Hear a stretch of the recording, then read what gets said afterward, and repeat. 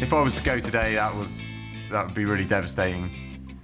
But I've no intention of leaving today or before the final. Andy. Hi, chaps. Good to see you, mate. Yeah, good to be back. Are you pleased to be back, or are you a nervous wreck? No, I'm over the moon to be here. I'm really, really happy to be here. I'm a little tired, but now I'm cooking, I'm happy. What are we doing? I'm keeping it pretty simple. I'm going to do Thai grilled chicken thighs with a noodle salad. What do we need from this dish, Andy? I think you need big flavours, modern presentation. I'm not going to overcomplicate it. I'm just going to produce one quality plate of food for you. Only 10 minutes left. Family man Matt not only cooks rustic-style food, he likes foraging for it as well.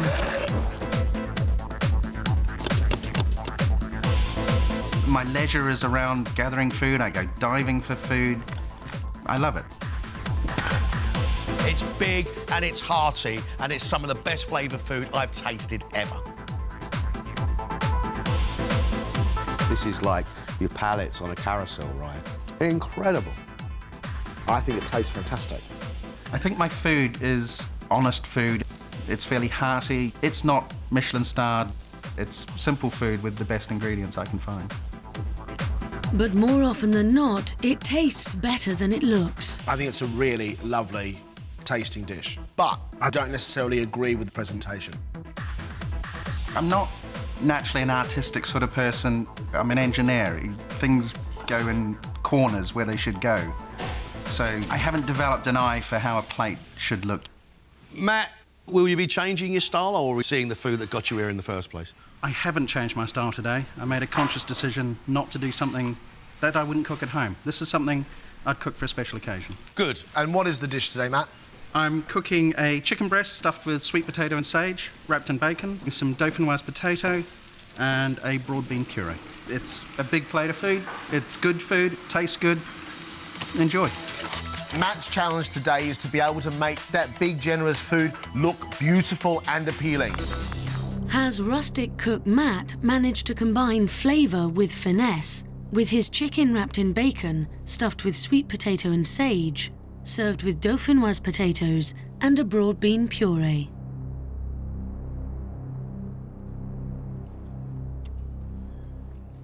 That chicken is moist and packed full of flavour. I quite like the saltiness of the bacon on it. We know you do big food with big flavours, but that's far too much chicken for the amount of accompaniments you've got. You've got all the flavours. You've got all the textures you need. I just think it's a bit big.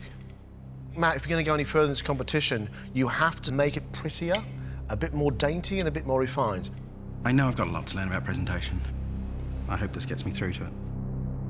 Determined to prove he can deliver on time, Chris has kept it simple, with chicken on leeks and bacon, potato and celeriac gratin, and baby carrots. Chris, I think you're a really good cook. You've cooked some really exciting food, some stuff that's got you here because it's been really exciting. So today I'm really disappointed that you've done meat and 2 veg, because you're a better cook than this.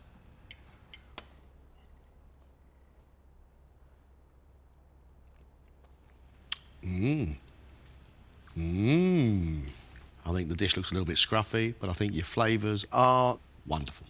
Thank you.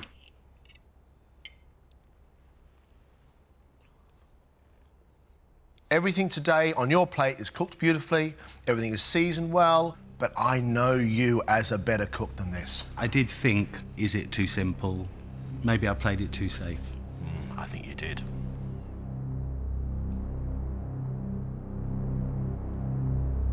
Comeback contestant Andy is hoping his Thai marinated chicken with a noodle and vegetable side salad will be enough to get him through.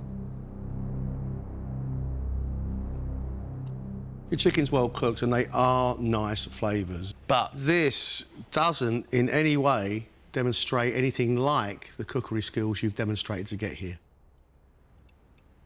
Andy, this is a cookery competition, not a lot of cookery going on today.